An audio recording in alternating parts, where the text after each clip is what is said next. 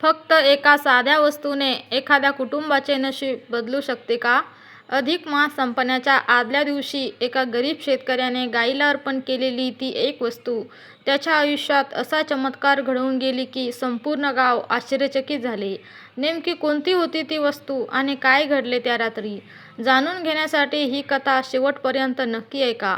महाराष्ट्रातील एका छोट्याशा गावात वसंता नावाचा एक गरीब शेतकरी राहत होता. त्याची पत्नी सीमा आणि 2 लहान मुले अशी त्याची छोटीशी संसारवेल होती.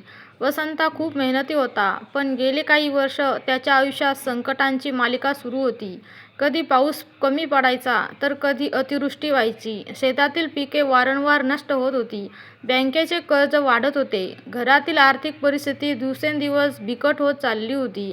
सीमा अनेकदा म्हणायची, आपण इतकी मेहनत करतो, देवाची पूजा करतो, कुणाचे वाईटही करत नाही, तरी आपल्या नशिबात एवढं दुःख का? वसंता तिचे बोलणे ऐकून फक्त शांत बसायचा, कारण त्याच्याकडेही या प्रश्नाचे उत्तर नव्हते. एके दिवशी गावात एक वृद्ध साधू आले. संपूर्ण गाव त्यांच्या दर्शनासाठी जमले होते. लोक आपापल्या समस्या सांगत होते आणि साधू त्यांना मार्गदर्शन करत होते. वसंतालाही आपल्या मनातील वेदना घेऊन त्यांच्याकडे गेला. महाराज, मी खूप मेहनत करतो, पण घरात सुख नाही, पैसा नाही, शांती नाही. माझे नशीब कधी बदलेल? साधूंनी काही क्षण डोळे मिटले. नंतर ते म्हणाले, बाळा, सध्या अधिक मास चालू आहे. हा महिना भगवान विष्णूंना प्रिय असतो. या काळात केलेले दान, जप आणि सेवा अनेक पटींनी फळ देते. वसंता आशेने त्यांच्याकडे पाहू लागला. साधू पुढे म्हणाले, अधिक मास संपण्यापूर्वी एखाद्या गाईला प्रेमाने गूळ पोळी अर्पण कर. लक्षात ठेव, दानापेक्षा भावना मोठी असते. वसंता थोडा आश्चर्यचकित झाला. फक्त गूळपोळी? हो, पण तो श्रद्धेने अर्पण कर. वसंत घरी परतला. घरी आल्यावर त्याने सीमाला सर्व सांगितले. सीमा म्हणाली, आपल्या घरात तर गूळसुद्धा फारसा नाही. मुलांसाठी जपून ठेवला आहे. वसंता शांत झाला. खरेच, घरात फक्त थोडासा गूळ उरला होता. दुसऱ्या दिवशी मुलगा म्हणाला, बाबा, मला गूळ खायचा आहे. वसंताच्या मनात संघर्ष सुरू झाला. एका बाजूला मुलाचे प्रेम, दुसऱ्या बाजूला साधूचे शब्द. अधिक मास संपायला फक्त 1 दिवस उरला होता. रात्री वसंता झोपला, पण त्याला झोप लागत नव्हती. तो विचार करत होता, जर देवावर विश्वास ठेवायचा असेल तर पूर्ण मनाने ठेवायला हवा. सकाळी त्याने घरातील उरलेला गूळ घेतला. सीमानेही त्याला साथ दिली. ती म्हणाली, जा, श्रद्धेने अर्पण करा. गावाबाहेर एक पांढरी शुभ्र गाय रोज चरण्यासाठी जायची. वसंता तिच्याजवळ गेला. त्याने गायीच्या डोक्यावर प्रेमाने हात फिरवला. नंतर गूळ पोळी तिच्यासमोर ठेवला. गाय शांतपणे तो गूळ खाऊ लागली. त्या क्षणी वसंताच्या डोळ्यात पाणी आले. तो मनोमन म्हणाला, देवा, माझ्याकडे यापेक्षा जास्त काही नाही, हे प्रेमाने स्वीकार. त्या रात्री एक विलक्षण घटना घडली. वसंताला स्वप्न पडले. स्वप्नात एक तेजस्वी प्रकाश दिसत होता. त्या प्रकाशातून एक दिव्य आवाज आला, वसंता, तू दिलेला गूळ मला प्राप्त झाला आहे. तुझ्या श्रद्धेने मी प्रसन्न झालो आहे. वसंता घाबरून जागा झाला. त्याचे हृदय जोरजोरात धडधडत होते. काही दिवसांनी गावात सरकारी योजना सुरू झाली. जुन्या अर्जांची पुन्हा तपासणी होत होती. वसंताने काही वर्षापूर्वी भरलेला एक अर्ज मंजूर झाला. त्याला आर्थिक मदत मिळाली. ही त्याच्यासाठी मोठी गोष्ट होती.